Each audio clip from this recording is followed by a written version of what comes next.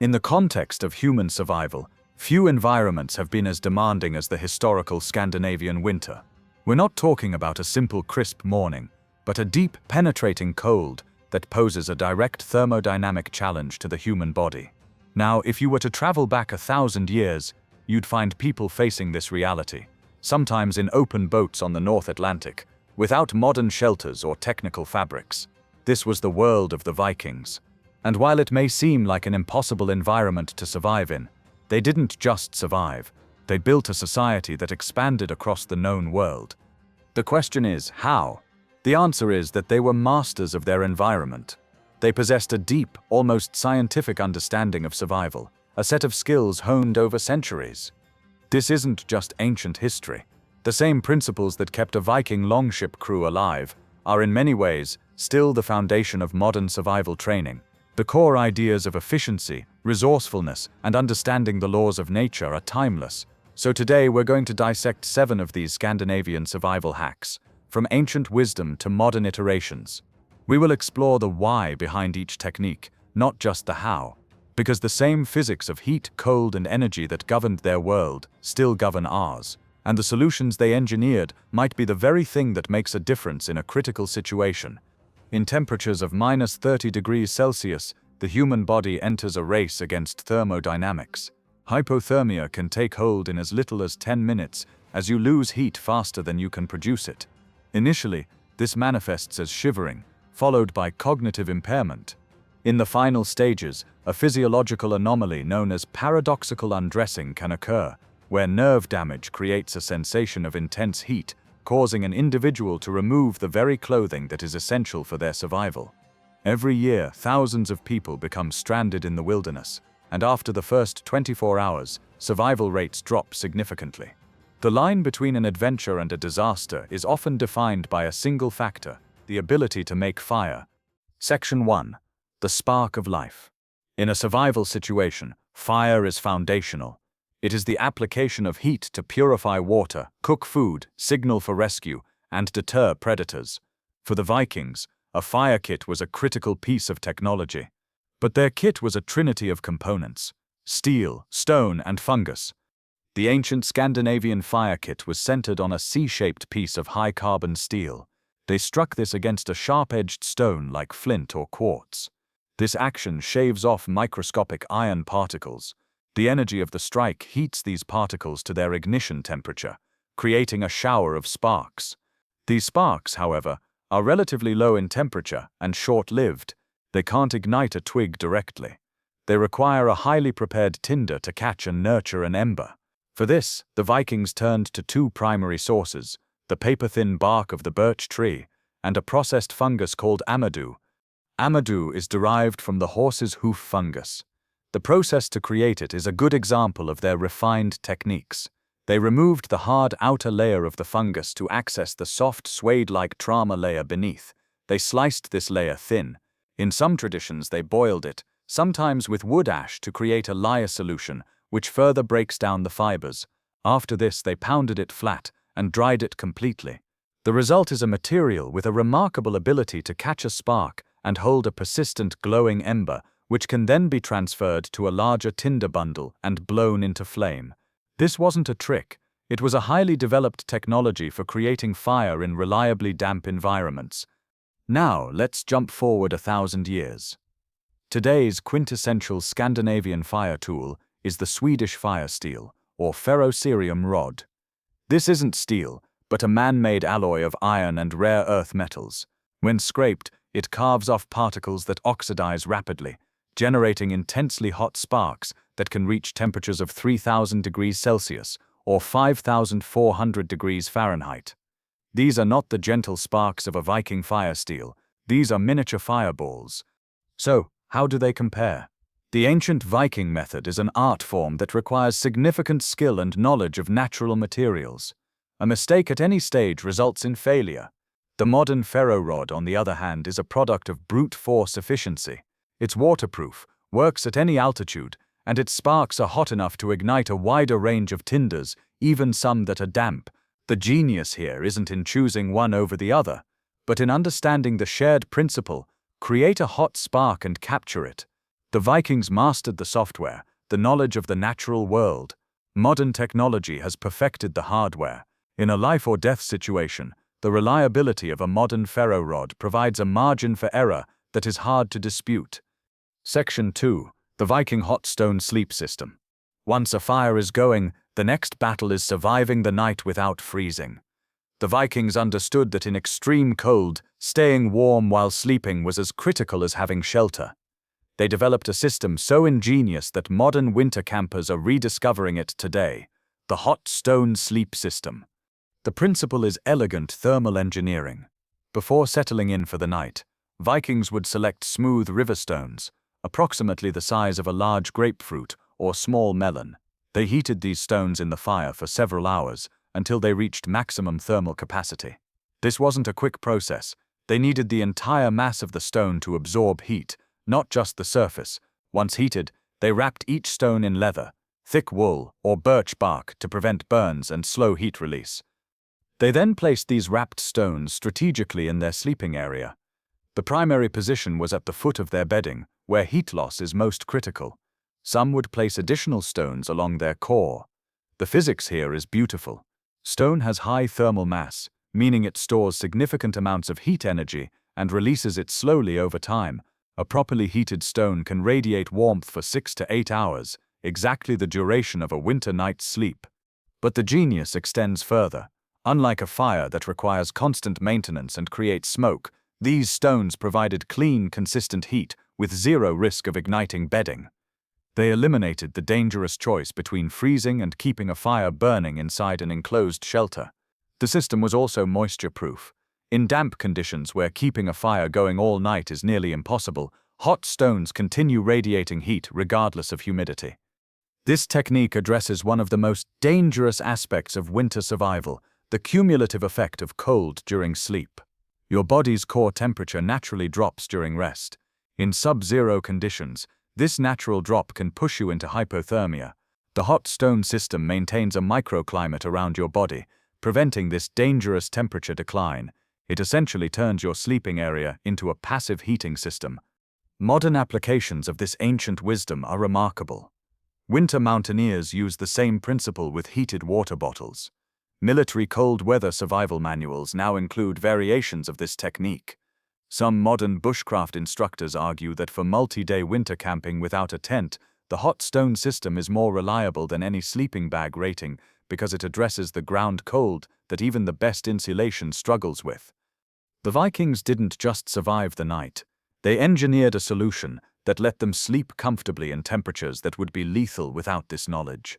That's not adaptation. That's mastery. Section 3. The Scandi grind. In the wilderness, a specialized tool can be a liability. You need efficiency and versatility.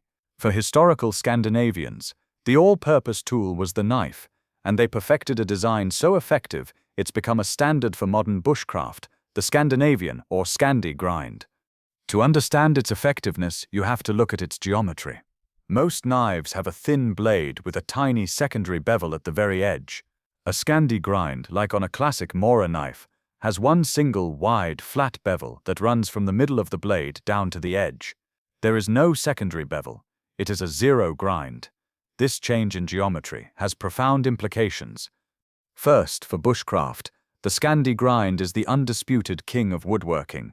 The wide bevel acts like a plane, guiding the blade and allowing for controlled removal of wood. When making a feather stick for tinder, the Scandi grind bites into the wood and peels off combustible curls with incredible ease. Its geometry is simply optimized for the most common task in a forest environment. Second, the design is robust.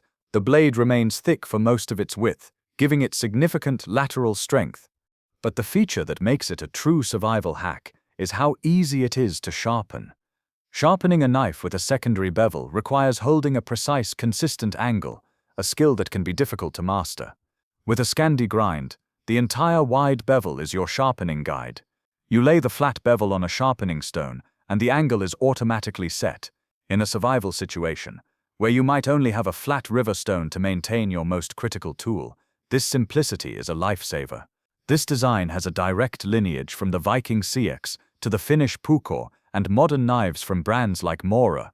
The Scandi grind is the physical embodiment of the Scandinavian survival philosophy: simple, robust, efficient, and easily maintained in the field. Section 4. The birch bark multi-tool system. In the vast boreal forests of Scandinavia, one tree dominated the landscape and became the foundation of Viking survival technology, the birch tree. While many cultures used tree bark for basic purposes, the Vikings elevated birch bark into what can only be described as a complete material science system. This wasn't just gathering bark. This was understanding the molecular properties of a natural material and exploiting every possible application. Birch bark has a unique cellular structure that makes it nearly waterproof, even when fresh. The secret is betulin, a white crystalline compound that comprises up to 30% of the bark's mass. This compound creates a natural water barrier. But the Vikings understood something more. They knew the specific season to harvest, the exact technique to remove bark without killing the tree, and the precise methods to process it for different applications. For waterproofing, they used thin sheets of birch bark as a layer in boots and clothing. The bark acted as a vapor barrier, keeping external moisture out while allowing some internal moisture to escape. This is the exact same principle used in modern Gore-Tex, but the Vikings achieved it with a renewable forest material. They also used it to waterproof the seams of their boats, layering strips with pine pitch to create watertight seals. But perhaps the most impressive application was the birch bark container. They could fold and stitch bark into vessels that were completely watertight. These containers could store dry goods, collect water, and here's where it becomes remarkable. They could be placed directly into a fire to boil water. The water inside keeps the bark from burning. This meant they could purify water without needing a metal pot, something that was a significant limitation for many cultures. This is survival engineering at its finest. Birch bark was also their emergency tinder of choice. Unlike most organic materials, birch bark contains natural oils that make it combustible even when saturated. You can pull a piece of birch bark from a wet, rotting log in a rainstorm and with the right technique create fire. The papery outer layers ignite easily, while the inner bark can be shredded into a fibrous tinder bundle. The medicinal applications were equally sophisticated. The betulin in birch bark has genuine antimicrobial and anti-inflammatory properties, which modern pharmaceutical research has confirmed. Vikings used thin strips of inner bark as wound dressings. They also chewed it to relieve minor pain, and some evidence suggests they understood its use in preventing infection. Even the act of harvesting demonstrated their ecological knowledge. They removed bark from already fallen trees when possible. When they needed to harvest from a living tree, they took only vertical strips, never girdling the trunk, which allows the tree to survive and regenerate the bark. This wasn't sentimentality. It was resource management.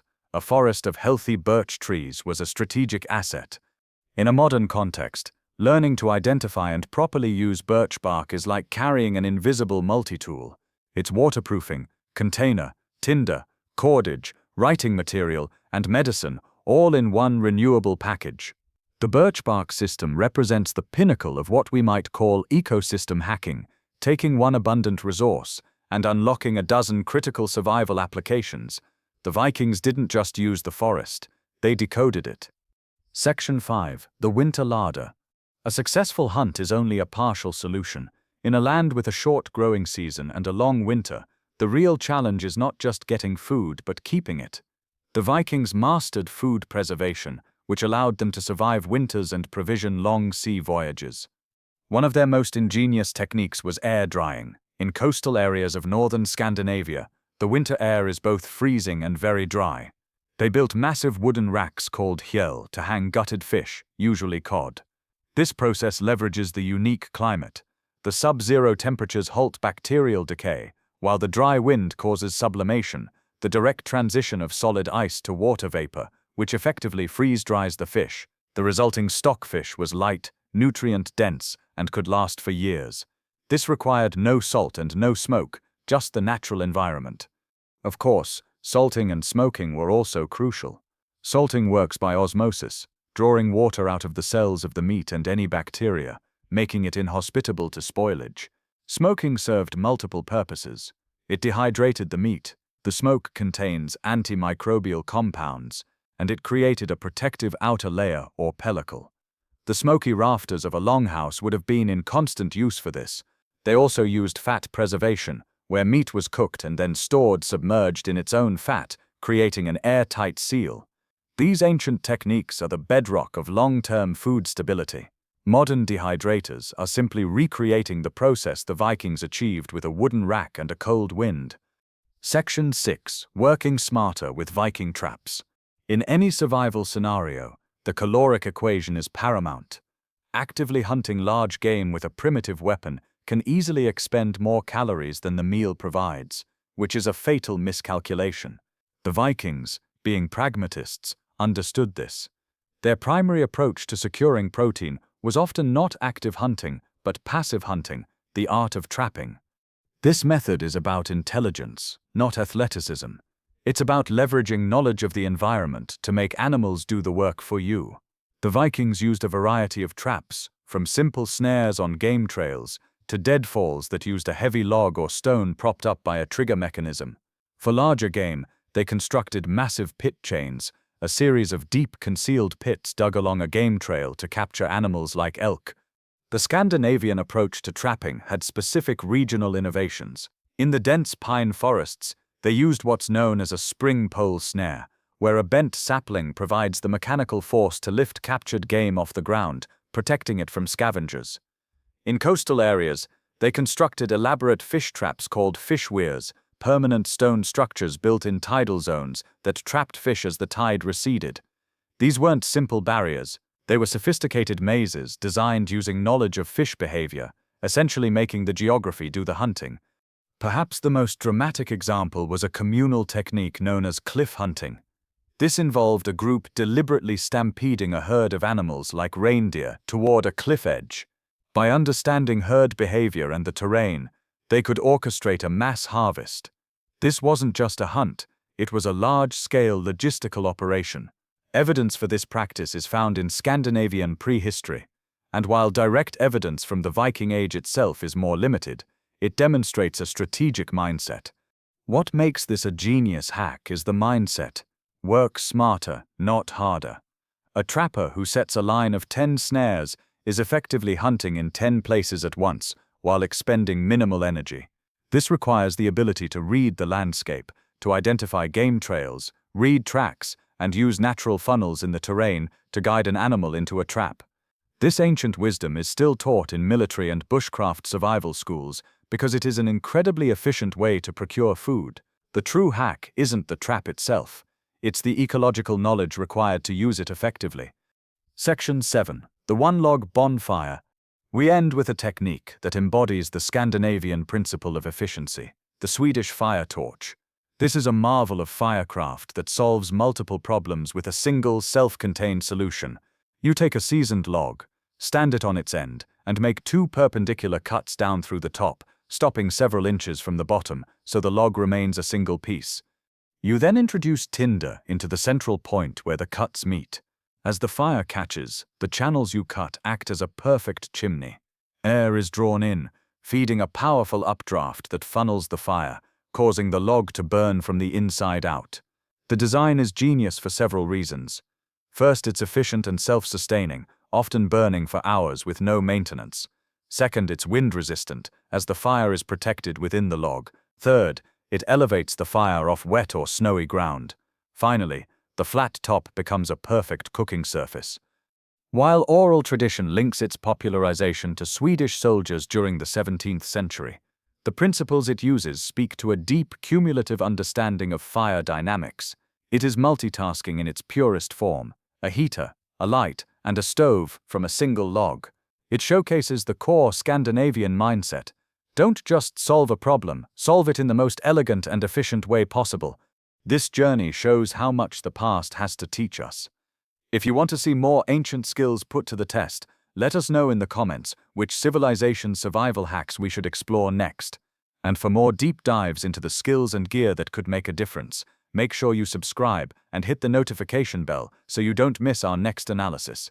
From the processed fungus in a tinder pouch to the geometry of a bushcraft knife, the 7 hacks we've explored tell the story of a people's relationship with a harsh environment. They represent a cohesive survival philosophy built on three pillars: ruthless efficiency, an understanding of natural principles, and a belief in simple, robust tools. The Vikings didn't survive because they were inherently stronger. They survived because they were smarter. They observed, they understood that processed fungus could catch a spark, that heated stones could warm a bed through the night, that birch bark was nature's multi-tool, that cold wind can preserve food, and that a single bevel on a blade is easier to maintain. They didn't see the natural world as an adversary to be beaten with brute force.